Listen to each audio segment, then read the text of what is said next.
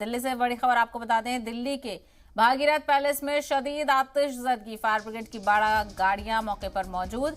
आग बुझाने की कोशिश लगातार जारी। कई दुकानों का सामान जलकर खाक हुआ। तस्वीर आप देख सकते हैं, खौफनाक तस्वीरें दिल्ली के भागीरथ पैलेस की तस्वीरें हैं, जहां पर शदीद आग लग गई है। फायर ब्रिगेड की 12 गाड़ियां मौके पर मौजूद हैं। आग बुझाने की लगातार कोशिश की जा रही है और कई दुकानों का सामान भी जलकर खाक हो गया है।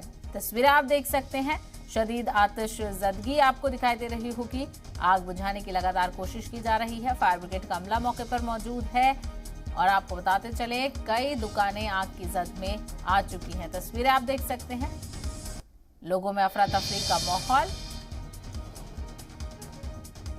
और ये भागीरथी पैलेस है जहां पर आग लग गई है। हालांकि आग लगने की वजूहात का अभी पता लगाया जा रहा है। फिलहाल आग को बुझाने की कोशिश की जा रही है। फायर ब्रिगेड मौके पर मौजूद है।